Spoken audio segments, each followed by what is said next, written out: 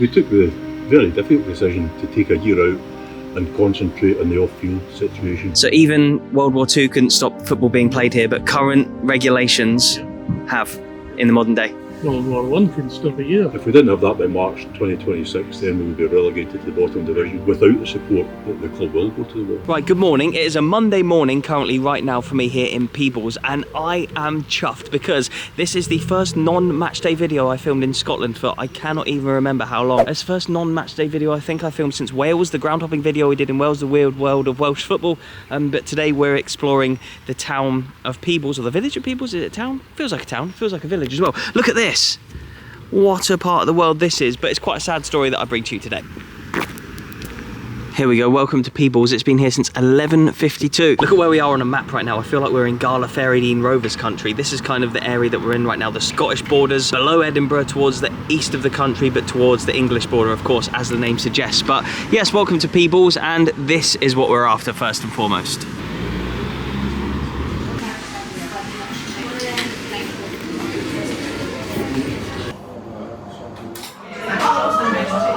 Just been editing a TikTok/short video from the Kilmarnock game yesterday, asking Killy fans who they'd support if they didn't support Killy. And I'm sitting in here, I feel like I'm on a holiday. I feel like I'm away on my holiday, so I'm only like an hour away from where I live. Look at this, the sun outside.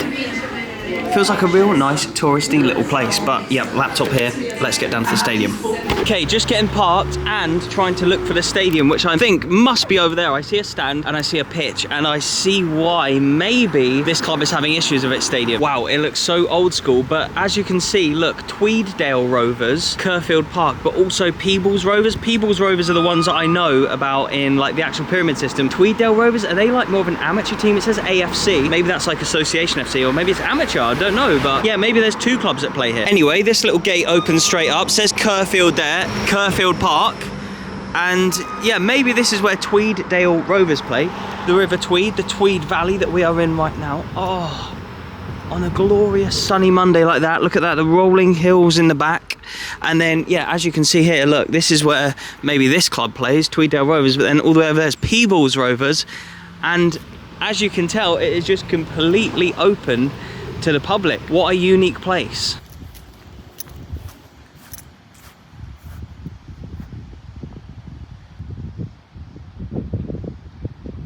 Here we go, yeah, East of Scotland Football League. If you win that, you get into the Lowland League. If you get into the Lowland League and you win that and subsequent playoffs, you get into the Football League. So just a few promotions away, potentially, a team like this, or in this setup, from Football League football. And look at it, what a setting. Look at that, the trees. This is like taking a step back in time. Look at this old stand, there's like a little bit of terracing along here.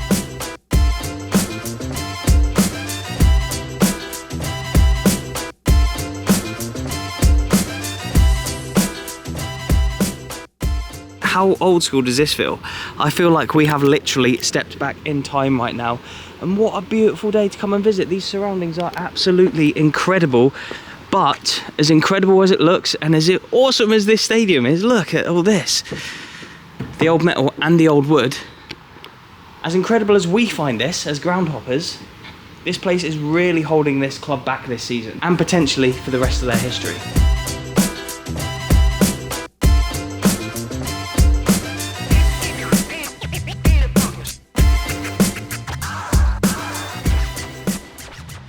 I suppose you don't get that at other East of Scotland League clubs, like just ramblers being able to bowl straight across the main pitch. Dougie, right, set the scene for me. You're a club historian at Peebles? I know a lot about the history of the club. Okay. I mean, they were founded in 1893. Just a group of young lads formed their own team. There was 2 or 3 teams in the town at the time, but they formed their own team. And to give you an idea of how they progressed, they were formed in 1893, and by 1908, they were playing Celtic in the Scottish Cup at Celtic Park. What was the score? 4-0 to Celtic. Not a bad result So though. they've progressed from that, and they've had some really good players over the years. I mean, for instance, Andrew Ormiston was one of the first captains of Chelsea. And you've got Willie Wilson. The last time Newcastle won the league, they bought their goalkeeper from Peebles Rovers. Really? And did they always play in this specific location? Played here. It was a venue away across there that several teams used, but they moved here in 1908, I think. Right, okay, yeah. So they've played at Celtic Park, they've produced players who have went and played in England. No, just players that's won Scottish Cup medals, played for Scotland. Wow. Etc. So it's an important football club, and what you're going through at the moment. Sorry? And so it's an important football club, and what you're going through at the moment. It's difficult because Must be hard. It's always been part of the town. It used to go back to licensing laws and bookies and things like that. People went to the pub shut at 2:30 down and watch the game. That's right, yeah. Come back. It was a half day on a Saturday, wasn't it? So they could all come and watch the football. Football, things like that. Yeah, and so what division were you in last season then? East of Scotland League Division It 2? was Division 2, yeah. So that would have been the 8th tier of Scottish football. Yes. And this season you're not playing any games, and None. that's even, you were telling me off camera, during the war they were playing games. Oh, there was games here during the war. Some of the Polish forces that was based here played football here. A lot of different organisations all played football here. So even World War II couldn't stop football being played here, but current regulations Yep. have in the modern day. World War One couldn't stop it either. Little gym, is it a gym?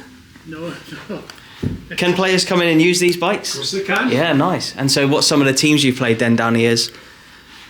Bonnyrig Rose, would that have been in the East of Scotland League? They were in the East of Scotland, what, 4 years ago, something like that? And Foldhouse, they're East of Scotland League still, aren't they? Linlithgow, they're up in the lower league now. They're a fairly strong team. Hibs as well. Some of the players that's played for the club over the years that's went on to greater things. I mean, Jerry Kerr. The Jerry Kerr stand, is there a stand? Yes, there's a stand named after him at Tannadice. Tannadice, that's right. Yeah, I knew I Well, recognised he's got the name, a stand named after him. And so has this man, Tommy Johnson. Leighton Orient, if you watch Leighton Orient on the television, you'll see the Tommy Johnson stand. Oh, At wow, Leighton right, okay, Orient. yeah. So football has got a lot to thank Peebles for. Oh, definitely. Loads. Yeah. Close. That makes it even worse that you can't play here this season, because Yeah. These are What you've the been able guys. to help. These are the guys Yeah. I was telling you about that played for Scotland. Jimmy Reid oh yeah. and Airdrie, when they won the Scottish Cup, he got a medal. Andrew Armstrong was one of the first captains of Chelsea. Because Chelsea are fairly, so that was like early Yeah, 90s. we- Chelsea I are think- 1905, weren't they? yeah. Yeah. The last time Newcastle won the league, Yep, he was a goalkeeper, and he was. and he bought- was from Peebles. I think at the time it was a fee of something like 400 quid, which was quite a lot of money. Yeah. I wonder what that would work out to be now. Yeah. There you go, signing fee was 600 quid. 600 is it? And what does it say there? A sum that in those days must have seemed astronomical to Rovers officials. So they were founder members of the. The ill-fated Scottish Third Division back in the 20s. So they've been a football league club then? Yes. And they would have played here? Yes. Against what kind of teams? Teams like through in Ayrshire, and they travelled quite a bit. Well, okay, so they were a big league club then, not just Yeah, it was East an of Scot- ill-fated division, right enough. It only lasted for 2 or 3 years. until it eventually came back years later. Yeah.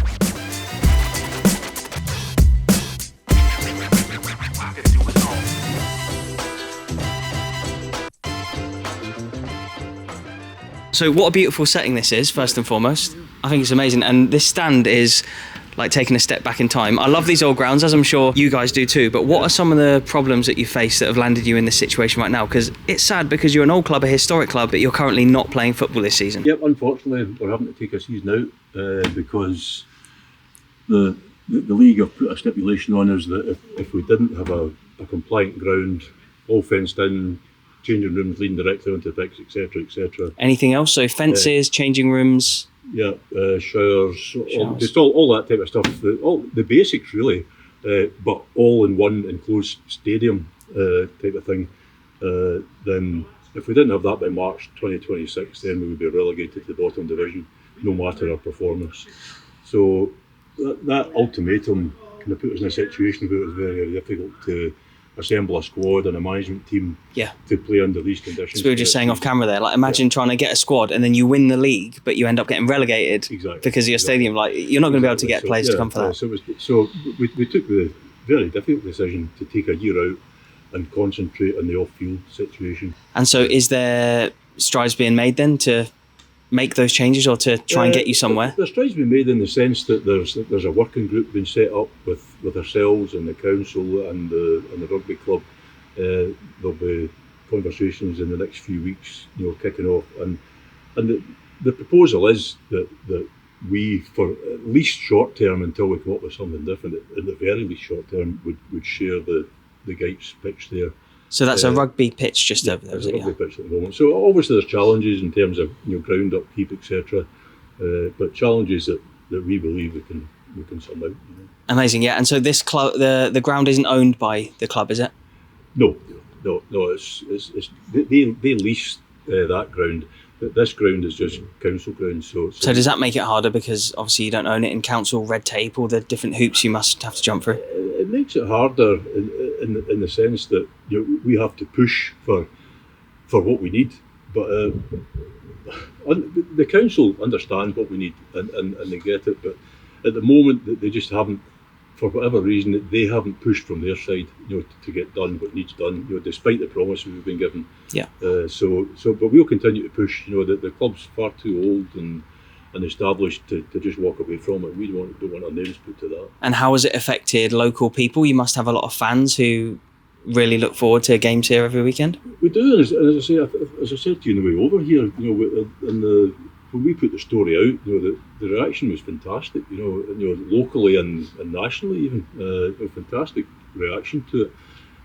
But it fades away again. Quickly fades away again. And so this is an ideal opportunity to get the story out again and let people know that without the support, that the club will go to the wall. Royal Marine Alexander James Lucas, born January 10th, 1984, killed in action in 2008 and always remembered.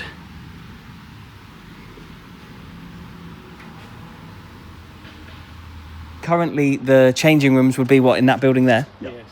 So players would have to walk down this path Yep. and up for the game? Our centre forward, who was a goal scoring machine, Rennick Sanderson, went to play for Hibs, but unfortunately it was at the time, am I right in saying it was a famous five? In the famous Hibs side. Yeah. You're not going to break into that team, are you? Bearing in mind, he played for the second team and the third team and scored over 60 goals and was released. Did he come back to Peebles? He Or? scored 689 goals. God, what, in his Over career? 100 hat-tricks. Wow. God, Peebles legend. And so on this pitch that we're standing on right now then, you're telling me that Dumbarton played here in the Yes, that was the Scottish last Cup Peebles replay? Rovers' last Scottish Cup tie. Last Scottish Cup tie ever? And then they turned junior for a few seasons and they lost their SFA membership. Ah, okay, yeah.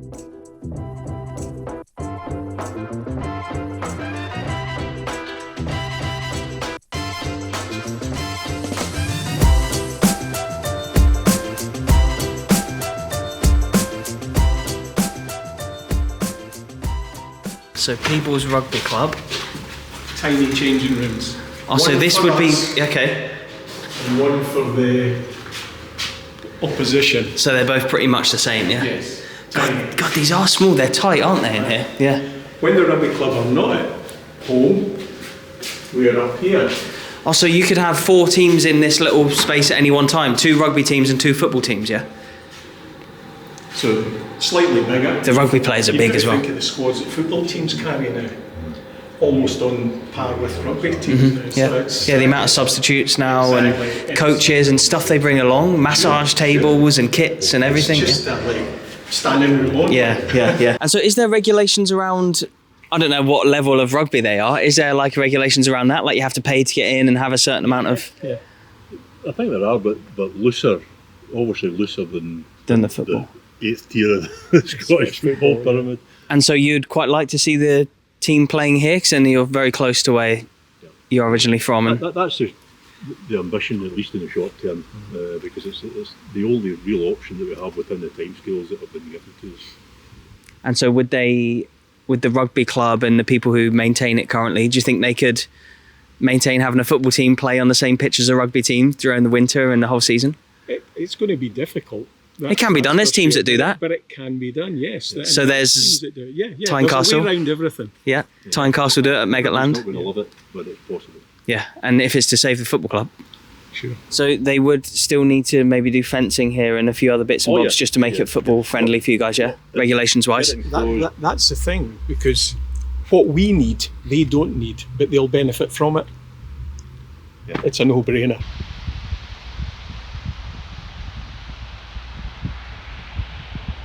Right, I think I'm all for regulations coming into Scottish football to make grounds better, to make clubs run better.